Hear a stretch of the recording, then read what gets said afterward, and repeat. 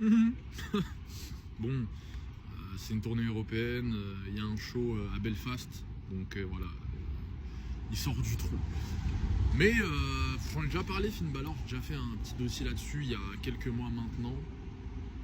C'est un catcheur que les Français aiment beaucoup, car les Français aiment beaucoup le ring, les moves, machin. Et il se trouve qu'il a été...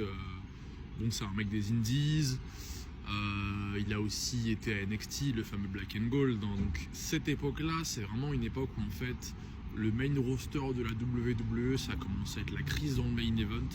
Et en fait, il y a en gros Vince qui ouvre un petit peu plus, on va dire, qui s'ouvre un peu plus, on va dire, à l'idée d'amener des talents d'autres fédérations, donc Indies et tout machin. Donc c'est pour ça qu'à cette époque-là, il y a pas mal de mecs, genre Kevin Owens, AJ Styles. Enfin, AJ Styles, il n'a pas été à NXT, mais vous m'avez compris quoi. Samoa Joe, les Aleister Black, les machins, les Gargano, les Adam, tous les mecs du ring comme ça là. Et Finn Balor en faisait partie. Maintenant, dans le main roster de la WWE et surtout dans le main event, ce n'est pas...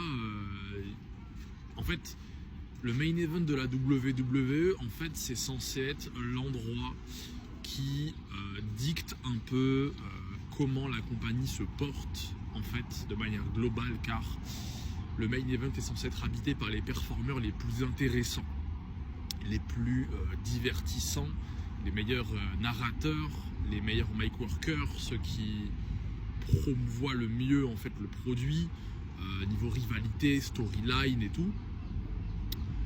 Et ben alors en fait il n'a pas de mic. C'est aussi simple que ça. Là, donc il y a une petite promo avec Punk. Bon, c'était en Allemagne. Ce qui est dommage avec les weekly en tournée européenne, c'est que forcément les Européens, il y en a pas mal qui ne comprennent pas l'anglais et qui en fait s'en foutent des fois du travail de promotion du combat et qui sont des fans beaucoup plus de la performance in-ring, ce qui est ok. Hein. Même si du coup ça enlève de la puissance aux stories, à certaines rivalités, à certains programmes. Genre si c'est pas des giga stars de ouf, ça pop pas, enfin bref. Mais il y a une promo entre les deux et Balor c'est vraiment pas dingue quoi. En fait Balor déjà il a trop longtemps été le mec, le sbire. Puis même en vrai au niveau du perso, du mic et tout, c'est quand même, il n'y a pas beaucoup d'inspi, c'est pas piquant, c'est pas intimidant, c'est pas impressionnant. C'est juste pas divertissant, c'est trop plat. Et en fait, quand tu regardes historiquement en fait, les mecs qui ont porté la compagnie et qui ont fonctionné à la WWE, c'est normal que les gens en arène sont pas si réceptifs que ça à un mec comme Balor. Surtout quand il faut faire des promos, parce que mais il y a tellement eu mieux que Finn Balor. Et Finn Balor, en fait, il a juste pas le niveau pour être un mec qui a la compagnie sur ses épaules, à la WWE. Après, c'est pas très grave, les gars.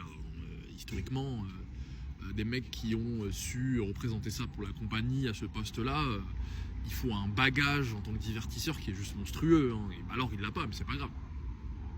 Donc ça c'est pour tous les gens qui espèrent un règne de champion du monde de Finn Balor, non, en fait ça n'arrivera pas. Vous allez me dire oui mais Jey Uso il était nul, il a réussi.